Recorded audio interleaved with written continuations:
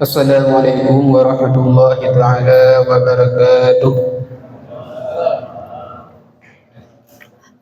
Alhamdulillah wa kafa wassalatu wassalamu ala habibil mustafa wa ala alihi wa sahbihi ahli sidqi wal wafa.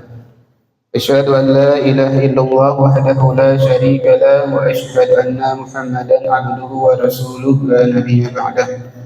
Allahumma la ilma lana illa ma 'allamtana. Allahumma rabbi shrah li sadri wa yassir li amri wahlul 'uqdatam min lisani yafqahu qawli. Ibtidak langkah yang pertama, marilah sama-sama kita memuja-muji ilahi rabbi sul jalali wal ikram, yang mana oleh Allah senantiasanya telah memberikan serta mencurahkan kepada kita berbagai macam ragam nikmat dan rahmatnya, sehingga mana oleh kita mampu mensyukurinya, bahkan mencicipinya, sehingga mana oleh kita mampu melangkah mengayuh langkah di tempat yang mulia ini. Kemudian salam ma'asalam sama-sama kita hantarkan kepada Rasulullah sallallahu alaihi wasallam. Allahumma shalli wa sallim wa barik ala sayyidina wa maulana Muhammad. Masyarakat muslimin sidang jamaah tarawih yang saya muliakan, sambil kita i'tikaf, maka marilah sama-sama kita mendengarkan satu kisah Rasulullah sallallahu alaihi wasallam. Suatu hari sahabat Rasulullah sallallahu alaihi wasallam Abu Dzar Al-Ghifari pergi menemui Rasulullah sallallahu alaihi wasallam dengan penuh gundah gelisah. Lalu Abu Dzar duduk di hadapan Rasulullah sallallahu alaihi wasallam sambil menangis dan memeluk Rasulullah sallallahu alaihi wasallam. Lalu Rasulullah sallallahu alaihi wasallam menanya dengan keadaan Abu Dzar tersebut. Wahai Abu Dzar, apa yang menyebabkan engkau begini? Lalu Abu Dzar, wahai Rasulullah, saya datang ke sini cuma ingin menemui engkau, cuma untuk menanyakan satu keadaan, memberikan keadaan saya, memberitahukan keadaan saya, hal pribadi saya, ataupun rahasia saya sampai segini.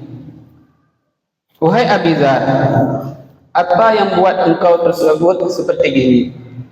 Wahai Rasulullah sallallahu alaihi wasallam, dahulu kala saya ini di waktu muda saya mampu beribadah dengan beribu-ribu sunnah.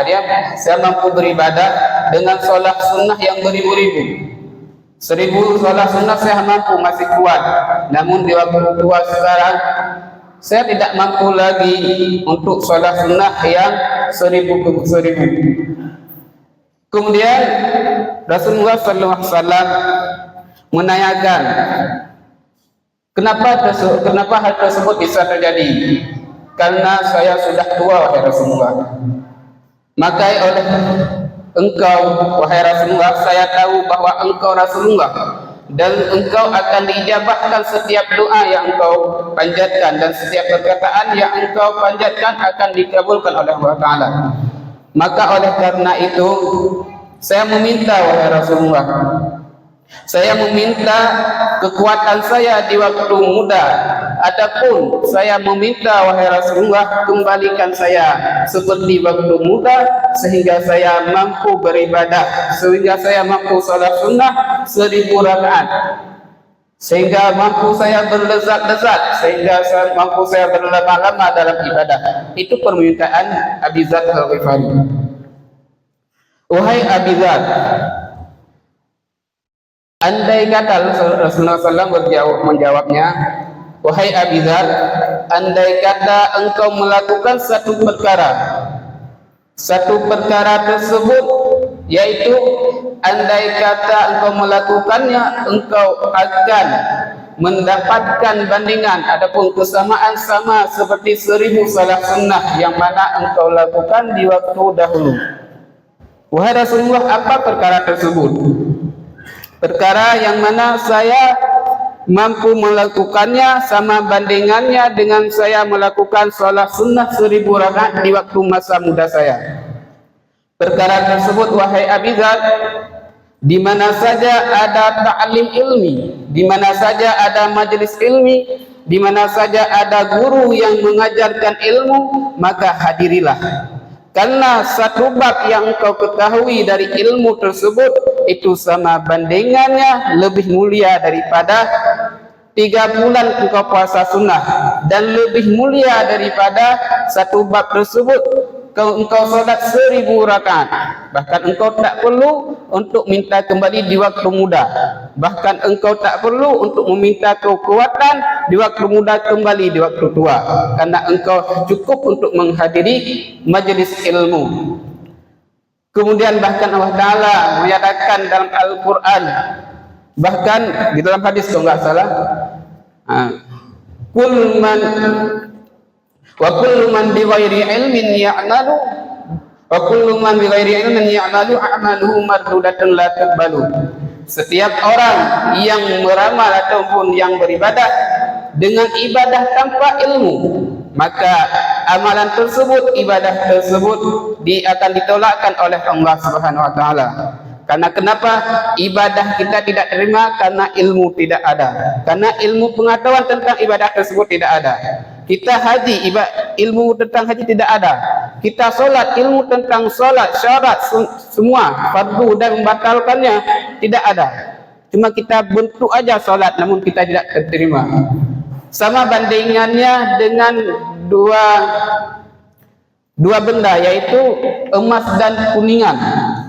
Sama-sama warnanya kuning, namun beda harganya. Begitulah bandingannya orang abid yang sholat tanpa ilmu dan orang alim yang sholat dengan ilmu. Sama-sama sholat namun tidak ada harga di hadapan Allah Ta'ala. Bahkan di dalam Al-Quran Allah Ta'ala mengatakan, Kul hal yastawil ladhina ya'lamu wal ladhina la ya'lamun. Wahai Muhammad, katakan kepada umatmu, adakah sama orang yang berilmu dan orang yang tidak berilmu? Itu artian kata di dalam ayat tersebut mengatakan tidak akan sama orang yang berilmu dan orang yang tidak berilmu. Kenapa? Karena orang yang berilmu itu mengerjakan dengan ilmunya. Jadi mengamalkan ilmunya, ibadahnya pasti diterima oleh Allah Ta'ala karena cukup syarat dan sah. Sedangkan orang yang mengerjakan ibadah tanpa ilmu itu mengikuti orang-orang ataupun melihat. Sedangkan dalam ibadah itu kita harus mempunyai ilmu pengetahuan. Kemudian di dalam hadis yang lain dikatakan oleh Imam Al-Baihaqi, faqihu wahidin asyaddu ala syaitan min alfi abidin. Satu orang abid, ada orang yang beribadah tanpa ilmu, itu satu orang faqih, bukan abid, satu orang faqih itu lebih suka daripada diganggu oleh syaitan dibandingkan dengan 1000 orang abid. Makna orang abid ini orang yang beribadah tanpa ilmu. Kemudian sama bandingannya yang diceritakan yang oleh Sayyidina Ali dalam pembahasan ilmu. Artian kata ilmu ini untuk menjaga kita. Al ilmu yahrisuka wal malu tahriduhu. Sedang ilmu adalah untuk menjaga kita, sedangkan harta adalah kita yang menjaganya. Dan kelak di yaumil mahsyar kita akan dipertanggungjawabkan. Wa an laisa lil insani illa ma sa'a. Bahwa setiap insan akan dipertanggungjawabkan setiap apa yang dia kerjakan, dan setiap apa yang dikerjakannya akan diperlihatkan oleh Allah Ta'ala. Tsumma yujzahul jazaa'ul awfa. Kemudian Allah Ta'ala akan membalaskan satu persatu apa yang telah kita kerjakan. Hanya ini yang dapat saya sampaikan. Wabillahi taufiq wal hidayah. Wassalamualaikum warahmatullahi taala wabarakatuh.